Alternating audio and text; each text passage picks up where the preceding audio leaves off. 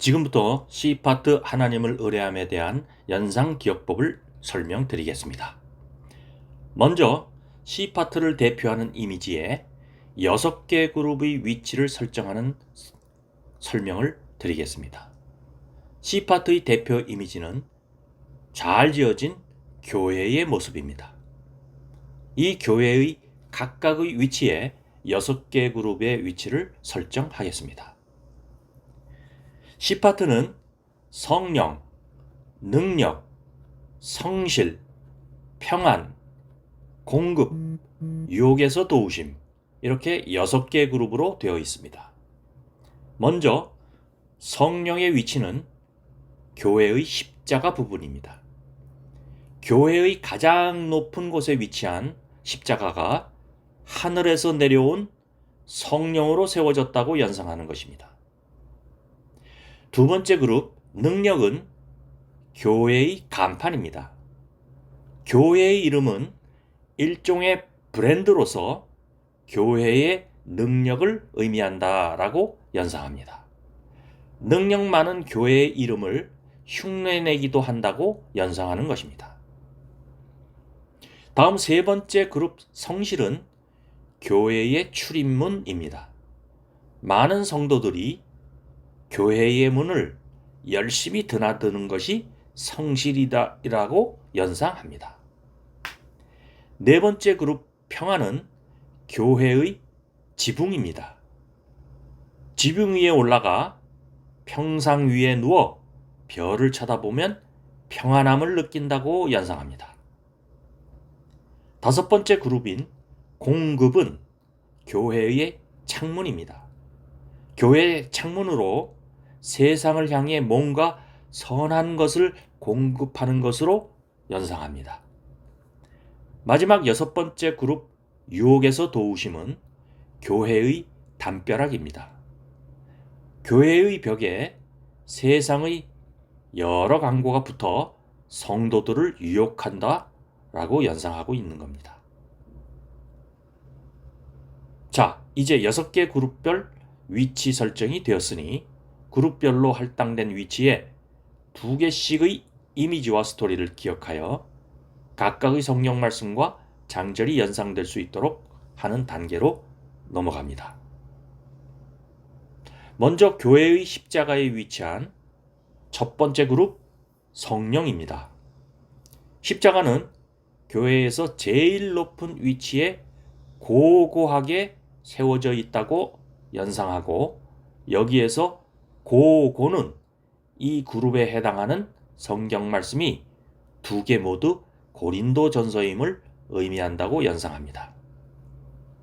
자, 성령의 첫 번째 그림은 왼쪽에 또 조그마한 교회가 그려져 있는데, 이것을 성전이라고 간주하고, 예수님은 너희가 성전을 무너뜨리면 며칠 만에 다시 세우실 수 있다고 하셨나요? 라고 물으니 제자들이 충청도 사투리로 삼위류라고 대답한다고 연상하여 삼위류를 숫자 316으로 기억합니다. 따라서 장절은 고린도전서 3장 16절이 되며, 이 성전 그림을 보고 너희는 너희가 하나님의 성전인 것과 로 시작하는 성경 구절을 연상하면 됩니다. 십자가 오른편에 있는 두 번째 그림은 소쿠리입니다. 소쿠리는 뭘 받기 위한 도구입니다. 따라서 이 소쿠리를 보고 이 소쿠리에 우리가 세상의 영을 받지 아니하고 오직 하나님으로부터 온 영을 받았으니 로 시작하는 성경 구절을 연상하면 됩니다. 그리고 소쿠리에 하나님의 영을 받으면 앞서 예수님이 말씀하신 성전 3일 재건과 같은 이런 일이 모두 믿어진다 라고 연상하고, 이런 일이를 숫자 212로 기억하면 고린도전서 2장 12절이 됩니다. 다음은 두 번째 그룹인 능력입니다. 능력은 교회의 간판에 위치시켰습니다. 새로 개척한 교회가 사랑의 교회의 이름을 빌렸다고 연상합니다. 그림의 교회 간판에 구체적으로 사랑의 교회라고 적혀 있다고 상상하면 연상 효과가 큽니다. 여기서 이름의 이는 이사야, 빌렸다의 빌은 빌립보서를 의미합니다. 첫 번째 그림은 유모차이고 튼튼한 하나님의 오른손이 붙들고 있는 이미지입니다. 내가 어린아이가 되어 유모차에 탄 채 40일 동안 10광야에서 예수님처럼 시험을 받는다면 가장 필요한 말씀을 연상합니다. 여기서 장절은 시험 기간인 40일에다가 광야에서부터 돌아오는 기간 1일을 더해 41장으로 생각하고 10광야에 10을 숫자 10으로 하여 10절로 연상합니다. 따라서 이사야 41장 10절이 되고, 이런 상황에서 가장 하나님의 필요한 말씀은 두려워하지 말라로 시작하는 말씀으로 연결지어 해당 성경 말씀을 연상할 수 있게 됩니다. 오른쪽에 있는 그림은 죽은 사람이 무덤에서 살아서 뛰쳐나오는 그림입니다. 구원의 능력을 상징하는 죽음의 열쇠를 받아들고 나온다라고 연상하면 죽음은 4장, 열쇠는 숫자 13, 즉 13을 의미합니다. 따라서 빌립보서 4장 13절이 됩니다. 이 사람이 뛰쳐나오며 외친 성경 구절은 내게 능력 주시는 자 안에서로 시작하는 말씀입니다. 다음은 세 번째 그룹 성실입니다. 먼저 교회의 출입문을 성실의 위치로 앞에서 설정한 바 있습니다. 그런데 교회의 문 위에 예민한 센서 등이 설치되어 있다고 상상합니다. 여기서 예민한의 예는 예레미야 애가, 민은 민수기를 의미합니다. 첫 번째 그림은 예민한 교회의 센서 등 위에 누군가 숨어있는 닌자, 즉 자객이 있습니다. 이 닌자를 인자로 해석합니다. 발음이 비슷한 것을 활용했습니다. 따라서 이 닌자를 보고 여호와의 인자와로 시작하는 성경 구절을 연상합니다. 그런데 이 닌자는 여호와의 명령을 받고 교회에 숨어 있는 것인데, 그 명령은 교회에 다니면서 원불비하는 성도를 처단하라는 것이었습니다. 원불비는 원망, 불만, 비판하는 것을 말합니다. 그런데 이 교회는 삶 속에서 툴툴대는 성도가 이상하리만큼 한 명도 없었다라고 상상합니다. 여기서 삶 속에서의 삶은 3장, 툴툴은 22절, 이상하다라는 이상은 23절을 의미합니다. 따라서 예레미야가 3장 22절, 23절이 됩니다. 두 번째 그림은 교회 문 앞에 떨어져 있는 인형입니다. 이 인형은 사람이 아닙니다. 따라서 이 인형을 보고 하나님은 사람이 아니시니로 시작하는 성경 구절을 연상합니다. 그리고 인형인데도 이상하게 입 하나로 살아있는 것처럼 말도 잘하네 라고 연상합니다. 여기서 이상은 23장, 입 하나는 19로 해석하여 19절을 의미합니다. 따라서 민수기 23장 19절이 됩니다. 네 번째 그룹 평안입니다. 자, 평안을 느끼고 싶다면 이 지붕 위에 있는 평상, 즉 베드에 누워봐라고 지붕 위에서 예수님이 권하고 계시는 이미지를 연상합니다. 여기서 이 지붕의 이가 이사야를 말하고 평상, 즉 베드가 베드로전서를 의미합니다. 여기 지붕 위에서 왼쪽과 오른쪽에 그림이 하나씩 있습니다. 왼쪽 그림은 아까 올라오라고 하시던 예수님이 심지가 긴 초롱불을 들고 있는 이미지 있는데, 이 그림으로 주께서 심지가 견고한 자를 로 시작하는 말씀을 기억할 수 있습니다.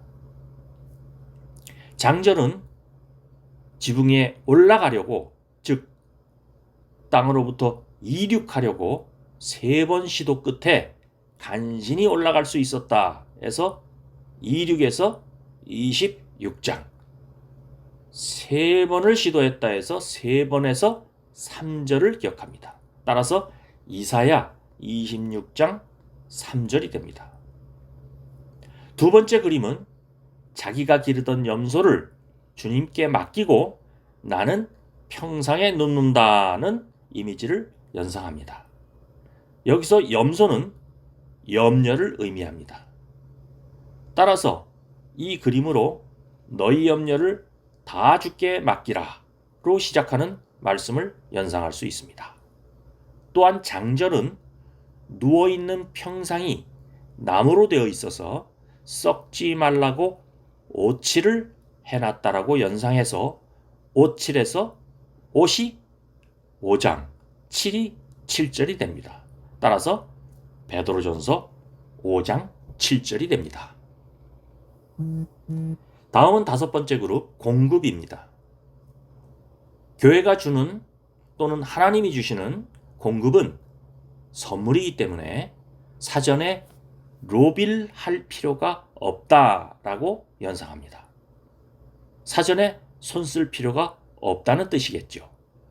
여기에서 로빌에 주목합니다. 로는 로마서, 빌은 빌립보서를 의미합니다. 왼쪽의 첫 번째 그림을 보십시오. 아기가 강고에 쌓여 창문으로 내어주고 있는 그림입니다. 이 그림을 보고 하나님이 자기 아들을 아끼지 아니하시고 내어주시는 것을 연상하시면 해당 성경 구절을 기억해내실 수 있습니다. 장절을 기억하기 위하여 이 아기를 내줄 때에 온몸에 발사믹 소스를 발라 내어주고 있다라고 연상합니다. 교회 밖은 지금 전쟁 후 7년 기근으로 아이들을 잡아먹는 상황이라고 연상하는 것입니다. 다소 괴기스러운 연상이지만 이상할수록 연상 기억은 오래 기억됩니다. 여기서 발사믹의 발은 8장, 삼익은 32절을 의미합니다. 발음이 비슷한 것을 이용했습니다. 따라서 로마서 8장 32절이 됩니다. 오른쪽에 있는 두 번째 그림은 교회의 누군가가 옛날 고등학생 교복을 입고 뭔가 채워진 모자를 창밖으로 주려고 내밀고 있는 이미지입니다.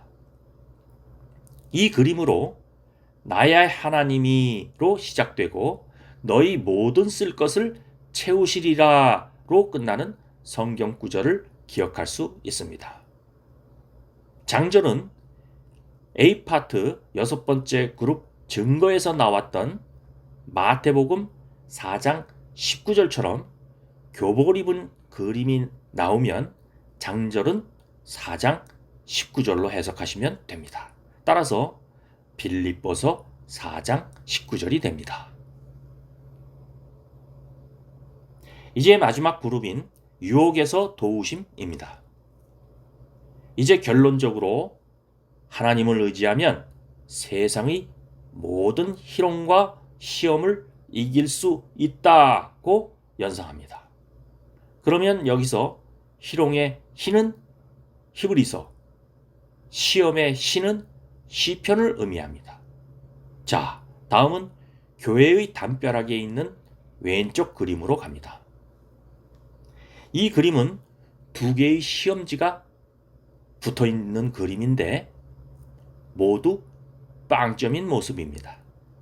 이 그림을 보면 그가 시험을 받아 고난을 당하셨은즉으로 시작하는 성경 구절을 떠올릴 수 있습니다. 그리고 장절은 이미지와 마찬가지로 두 번이나 빵점을 받으면 정말 욕 나올 만도 하다라고 연상합니다. 여기서 두 번은 2장, 욕 나올 만하다에서 욕은 18절을 의미하여 히브리서 2장 18절이 됩니다. 오른쪽 그림은 한 청년이 한 손으로는 수건을 들고 하트, 즉 마음을 닫고 있고 또 한 손으로는 전화기를 들고 어디론가 전화를 하는 이미지입니다. 이 그림으로 청년이 무엇으로 그의 행실을 깨끗하게 하리이까로 시작하는 성경 구절을 연상합니다. 그리고 이 청년은 자기의 행실을 깨끗하게 하려고 매일 119로 전화해서 구체적으로 일일이 보고하는 습관이 있다라고 연상합니다. 여기서 119 번호가 119편, 구체적이 9절, 일일이 보고하는 습관에서 일일이가 11절을 의미합니다. 따라서 시편 119편 9절로 11절이 됩니다. 이상으로 시 파트를 마치겠습니다. 수고하셨습니다.